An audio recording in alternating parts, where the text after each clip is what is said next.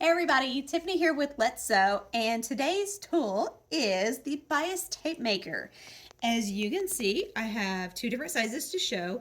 I have one that is going to finish into a 1/4 inch and then one that is going to finish into a 1 inch. And as you can see, we've got about 5 different sizes available, all ranging as small as your 1/4. We've got 3/4, 18 millimeters. Oh, I said that wrong. Leave it to me. 6 millimeter, 12 millimeter, 18, 22, 25, and 50. So you've got a variety of different sizes. So one of the ones I want to show you first is our little guy. This is going to finish to about a 1/4 inch, and it works great for using this on, like for instance, if you had this as black, making a stained glass quilt. That'd be a nice little accent. If you're just doing some bias work, decorative work, that'd be a great. So what we have is our strip that we have cut into a bias. As you can see, there's the give. It's great to have the little point at the end.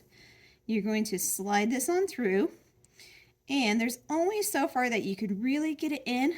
You may not see it from the other side, but underneath here is my fabric, and I'm just going to take a straight pin and help feed it through. And now you can see it's coming out the other end. As it's coming out the other end, I've got my little handle to hang on to. Going to just feed me just a little bit more to get started. Okay, push that with my finger. I am going to iron. And I am just slowly feeding them at the same time to be able to give a nice press. As you see, if I go a little too fast, it's going to open up a little too much on me. Again, this helps to keep your fingers away so you're not going to burn yourself. Ask me how I know. You could always, use the steam as you're going just to make sure that you give it a nice little crisp. I'm going to kind of slide this on down. Sound effects do always work out. All right, keep my little guy straight.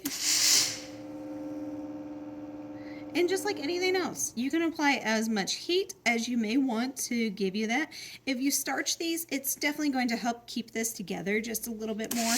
I'm always a fan of using a little bit of starch as I'm doing these, just to help ensure that it's going to give me that best press that I can do.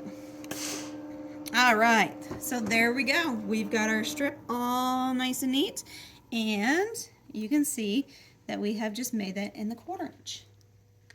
Now, the difference between some of the larger ones is, again, I'm still got my bias, still got my point. When I do slide this in, you will, as you can see, this one does kind of feed through. If not, my little opening is up here on the top. And if you have a piece that may be a little bit thicker, that would be the easiest way to be able to pull it through. There is no marking on the back except for the size. And again, whenever I get that started, gonna press with my iron as I'm going. And the nice part is our little paper that we do have here that comes with all of the different ones will tell us a little bit more detail on what to use, how to use it, and then also gives us an idea about the size as well too. Sometimes you may just have to kind of play. Like this particular one, I may have made this just like 1/8 inch, a little bit wider, just so that it covers just a little bit more.